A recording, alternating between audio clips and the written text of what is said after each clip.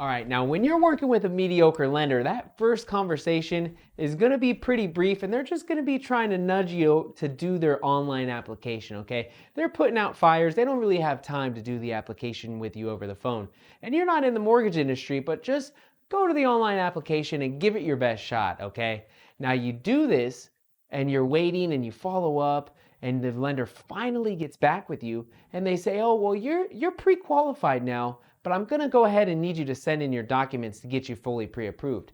You're thinking, I wonder why he didn't tell me that from the beginning, but you send them in, okay? And then you send them in again and again, maybe, because you had sent them in, but then they get buried with emails, so it just gets lost in the shuffle. Now, go ahead and just keep them in a folder and keep them somewhere safe because you might have to send them in yet again. So you're on the phone, you're finally going through the pre-approval conversation, let's call it, because you want that pre-approval letter. And when it comes to strategy, that mediocre lender, they're pretty good at determining whether FHA or conventional is right for you right now, but they don't take deeper dives and do any exploration questions to see what is truly the best fit for your family based on your needs, okay? You say, "I want to do 20% down." That lender says, "Okay, sounds good, here you go," but it might not be the best overall financial decision for you.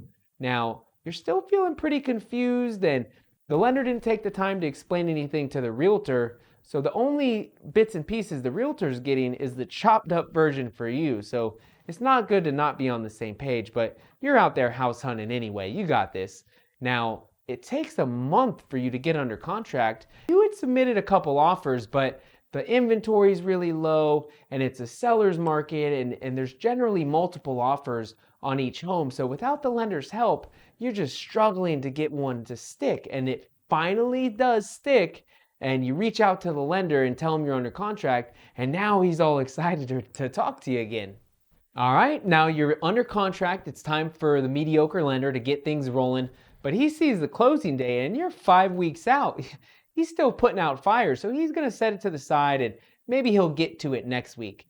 So next week comes and he wants to really quickly get through whatever little things he needs to do because his mentality is set it and forget it. He wants to get it to the processor as quickly as they can and hope that the processor doesn't reach out to him through the rest of the process. The processor's got this. But the problem is the handoff to the processor wasn't smooth at all. In fact, the lender, he's a little unsure about some stuff himself. So if he doesn't understand, how is the processor going to understand? But he said, she'll figure it out. She's got this.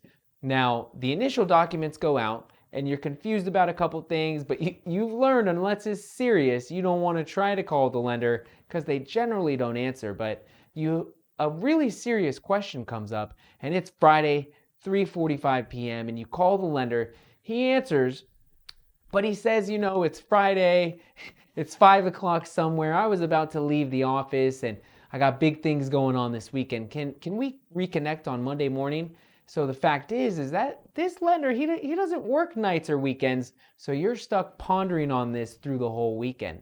So next week comes and you're good to go on that and you're getting further along in the process. You're about midway and suddenly your interest rate is about 0.25% higher than you had originally discussed. What's going on here?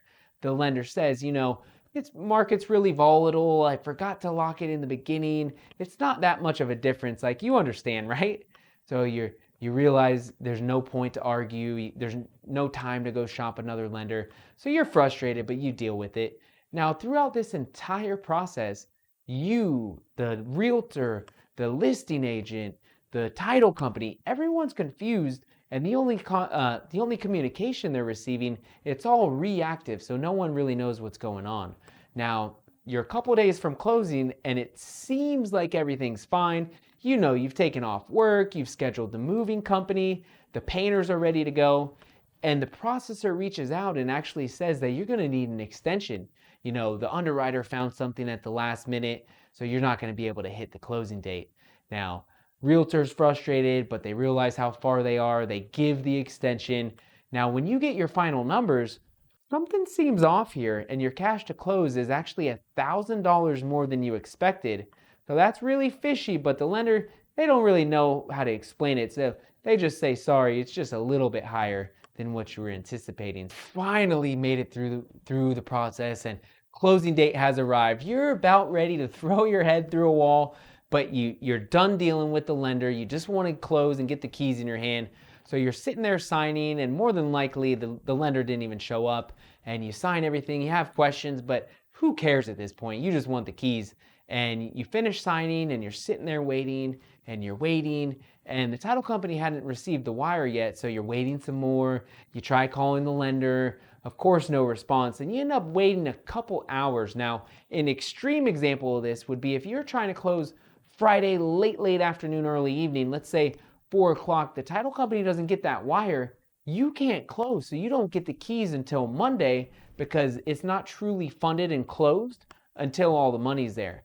Now, a couple days later, you're in the house, the lender texts you, hey, sorry for the delay. It was a real pleasure working with you. Let me know if you ever need anything in the future.